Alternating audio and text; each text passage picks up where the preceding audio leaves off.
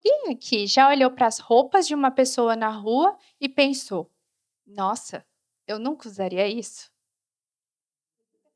Bem, apesar de cada um ter suas preferências particulares, nem todo mundo se preocupa com o look do dia.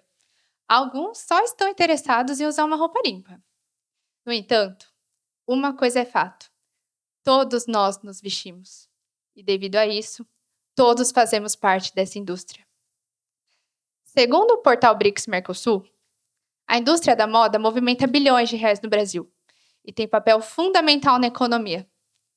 Mas e se o simples ato de se vestir fosse também um ato político? A minha história com a moda começou na infância.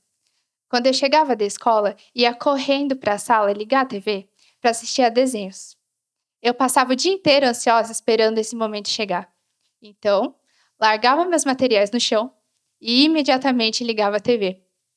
E esse processo se repetia diariamente, como se fosse a primeira vez.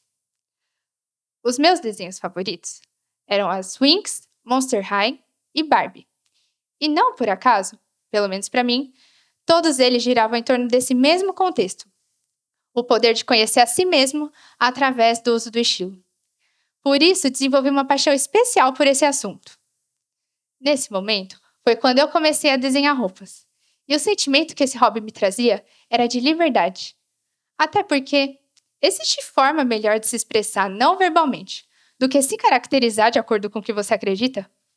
Para mim, a resposta sempre foi única.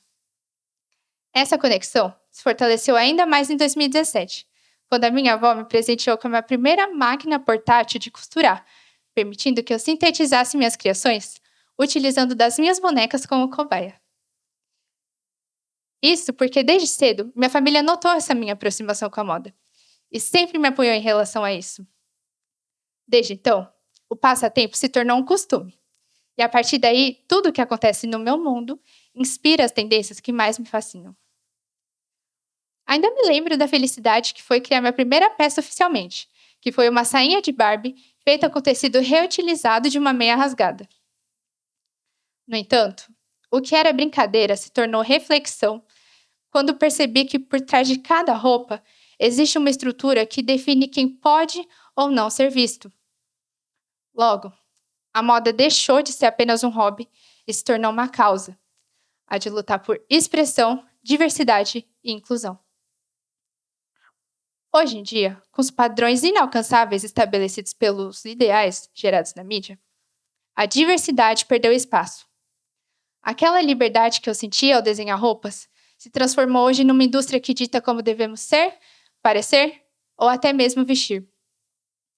O estudo The Influence of Social Media on Female Body Image, Case Study in Brazil, mostra que o uso do Instagram influencia diretamente na percepção corporal de mulheres brasileiras, apontando que as redes sociais impõem um padrão. Além disso, num país onde a aparência é quem define pertencimento e oportunidades, as mídias funcionam como uma vitrine de um ideal cada vez mais padronizado. Com isso em mente, hoje trago uma reflexão urgente. A moda, que nasceu como forma de expressão e como uma ferramenta que nos possibilita ser quem nós queremos, corre o risco de se tornar uma máquina de exclusão? E não diga apenas nas passarelas, mas nas ruas, nas redes e em cada escolha que fazemos diante do espelho. Sim, justamente agora, depois de tantos avanços e representatividade, estamos começando a ver um movimento de retrocesso. Silencioso, mas muito visível. Porque se por um lado ela pode ser expressão, liberdade e identidade, por outro, ela pode excluir, silenciar e padronizar. A moda precisa ser representativa, inclusiva, acessível e humana. E quando foge dessa proposta, como tem acontecido frequentemente, precisa ser questionada. E é justamente aí que entra a minha história com a moda. Sempre vi na vestimenta uma forma de expressar o que sinto e acredito. Quando desenhava roupas para as minhas bonecas, não pensava em tendências, mas em possibilidades. em como traduzir personalidade em tecido e linha. A moda, para mim, é como linguagem, é arte cotidiana. Por isso, acredito que democratizar a moda não implica apenas incluir mais corpos nas campanhas, mas permitir que mais pessoas criem, inventem e se expressem através dela. Isso começa na base, na escola, no incentivo à arte, no design e no pensamento crítico. A criatividade humana é o que diferencia a moda da simples reprodução de padrões.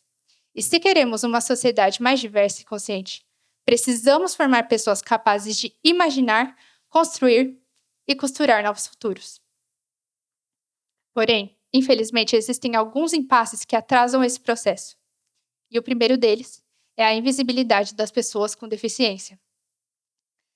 Segundo a Organização Mundial da Saúde, cerca de 1,3 bilhão de pessoas hoje no mundo vivem com algum tipo de deficiência.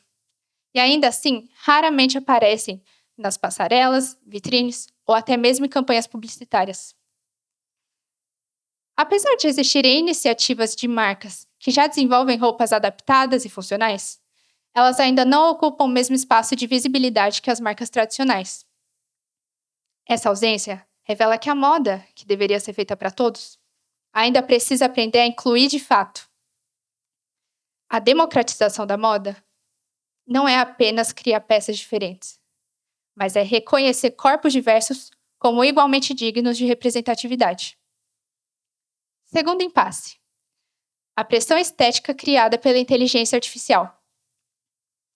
Segundo o relatório The State of Fashion 2024, a inteligência artificial tem sido uma importante ferramenta nos processos criativos do mundo da moda. Entretanto, o mesmo avanço que promete inovação também tem reproduzido antigos vícios estéticos. Os algoritmos aprendem a partir de um banco de dados limitados. Por isso, muitas vezes acabam gerando representações homogêneas, peles lisas, corpos magros, traços eurocentrados.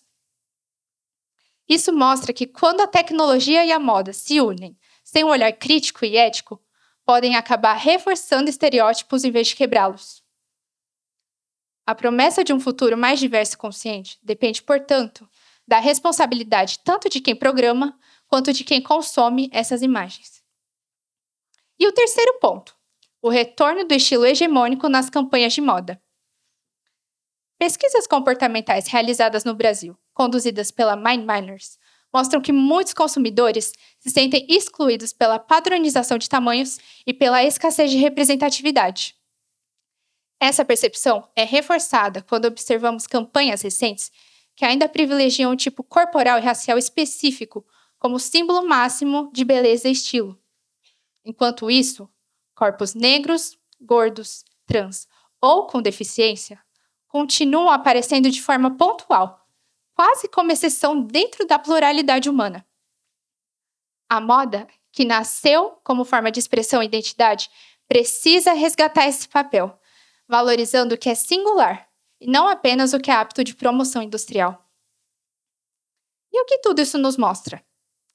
Que tanto a alta costura quanto a fast fashion são reforçadas por estéticas ultrapassadas e sustentadas por uma indústria que ainda tem medo de romper com o padrão. Contudo, não é tarde. A moda pode e deve refletir o mundo real, com todas as suas cores, formas, corpos e vivências. E como fazemos isso? Começar por valorizar a moda adaptada, questionar o uso da IA sem criticidade e cobrar diversidade real e não apenas simbólica nos espaços de visibilidade, são estratégias cruciais. Ainda há tempo de costurar novos futuros, fios que unam em vez de separar. A moda pode sim voltar a ser o espelho do que temos de mais belo, a pluralidade humana. Porque a ficção sem diversidade é distopia. E a moda sem diversidade é só uniforme. Obrigada.